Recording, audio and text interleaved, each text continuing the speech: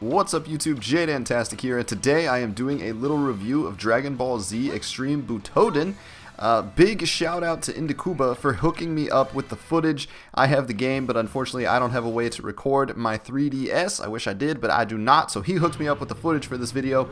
There's a link to his channel in the description below, and he has a bunch of videos up on this game already, as well as how to unlock some stuff, some tips and tricks and things like that on the game, so you should definitely go check those out if you are interested in this game at all. So this video is just going to be kind of my 2 cents on the game so far.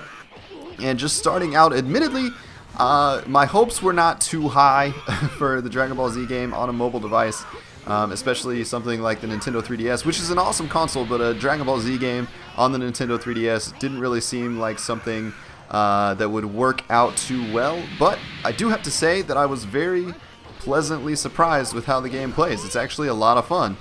There are some areas that are pretty lacking, but overall the game experience itself is pretty cool.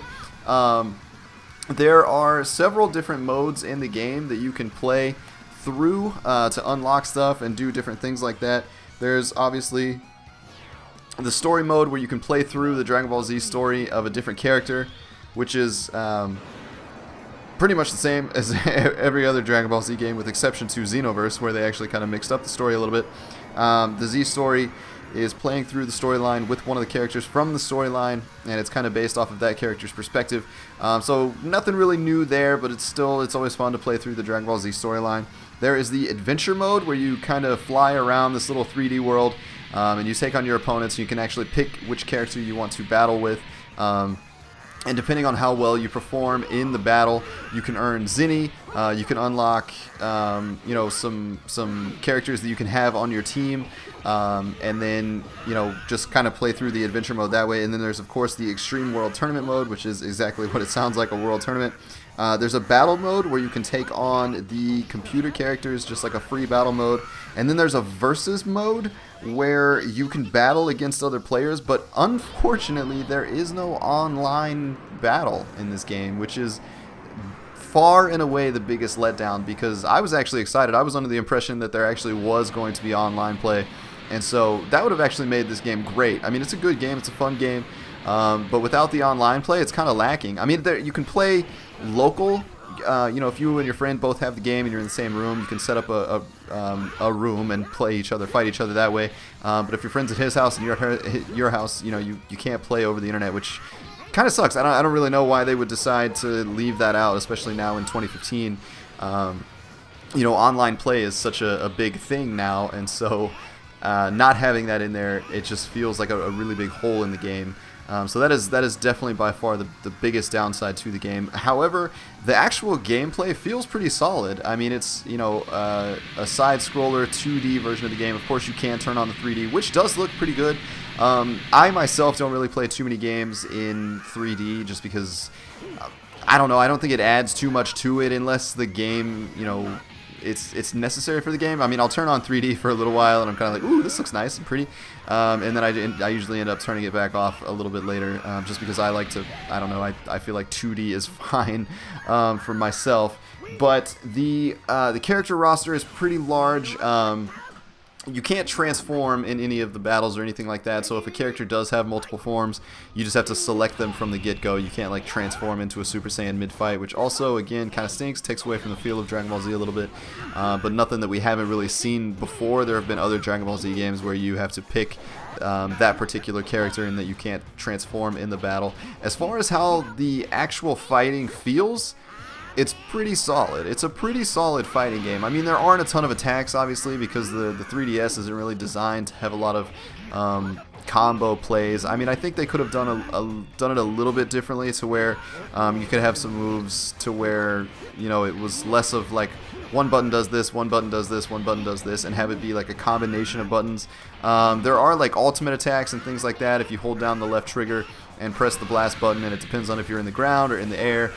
Things like that. You can pull off some different moves, but mostly it's just kind of punches and kicks. Every character has like an ultimate attack and everything too, but the fighting itself feels good. I mean, the fighting is fun, and it seems like there's enough to do to keep you entertained for quite a while. I mean, there are the 3 different game modes, and playing through the storyline is pretty cool with the different characters, and then of course the adventure mode where you can actually pick your teams is cool, and they do have the support team members, which are fun. It's a little disappointing because some of the characters that are in the support team I would love to be able to play with in the actual character roster, but you know, unfortunately that doesn't work that way. Obviously all of the main characters from the series are playable.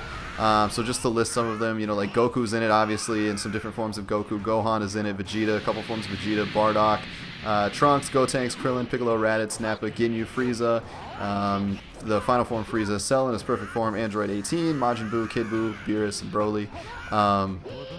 So those are the main roster characters that you can actually fight with. And then just to name off some of the Z Assist characters, because there are actually quite a few of them. Let's see, there's like Kid Goku, like Oolong is one of them. You can get Gogeta Super Saiyan 4, Goku Super Saiyan 4, Vegeta Super Saiyan 4 is in there, like Majin Vegeta, like Mr. Popo. You can get Mighty Mask. You can get the Flying Nimbus, which is pretty cool. So there's actually a huge list of the Z Assist characters that you can get, that you can click on the touchscreen while you're in a fight, and that character will pop in and you know, pull out an attack like a blast or something, or try to hinder the computer player for you. Which is pretty cool. That list is so long that I wish some of those characters were actually part of the actual roster. But again, it's nothing. Being that it is a mobile game, you know, it's still pretty cool to have.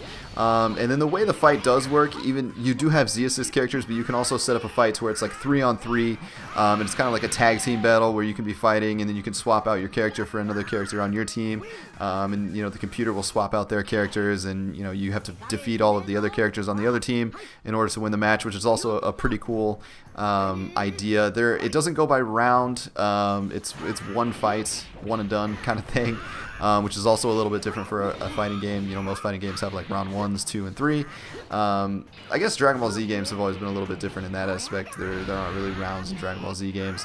Some of the side-scroller ones had them, but this one is no exception. But yeah, it's definitely really cool. It's definitely a Dragon Ball Z game I would recommend.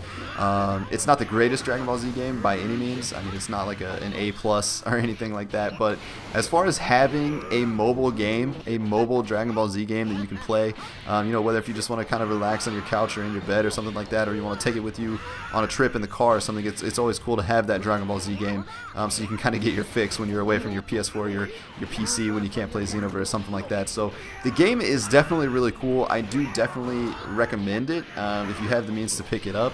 I mean, it's pretty cool. It's definitely fun. Like I said, I was definitely pleasantly surprised. It's much better than what I was expecting it to be. There's just a few of the flaws. You know, I wish the character list was a little bit longer. I wish the movesets were a little bit more complex, and I definitely wish there was some online multiplayer. If it had those 3 games, honestly, it would be a pretty amazing game. But as it stands, it is a pretty good game. It is a solid Dragon Ball Z game that I do definitely recommend if you could pick it up. So if you have any questions about the game or anything like that, definitely let me know in the comment section below. I'd be more than happy to answer any of them about how the game works or anything like that. Or again, if you want to check out Indikuba's channel, he has a bunch of information up already. The game does come out on October 20th if you're interested in it. That is the date that it comes out. So I was fortunate enough to get my hands on it a little bit early. Thank you so much, Bandai Namco, for sending me the game so that I could check it out for myself. But yeah, definitely an awesome game. I'm pretty hard on Dragon Ball Z games, to be honest, because I kind of expect a lot out of Dragon Ball Z games, especially a mobile Dragon Ball Z game. I'm glad that they didn't put out something that sucks, to be honest. I guess it doesn't suck by any means. It's pretty good. I mean, I hate to put scores on games because they're also, you know, subjective to who's playing them and what they look for in a game. But if I had to put a number on it on a rating system, I would say like a 7.5 to an 8, which I feel like, again, is pretty good for a mobile Dragon Ball Z game. So definitely check it out. Again, if you have any questions for me, drop them in the comment section below. I'll do my best to answer them and let you guys kind of know what's going on with the game if you're kind of on the fence on whether you want to pick it up or not. And I will do my best to answer any questions that you guys have. So if you enjoyed this video, if it was helpful for you, or if there's anything I missed that you want me to cover, let me know. But if you enjoyed it, definitely leave a like button. If this is the first time you've ever stopped by my channel, make sure you hit the subscribe button. Stick around with us for some more fun in the future. And as always, I will talk to you in the next video. Later.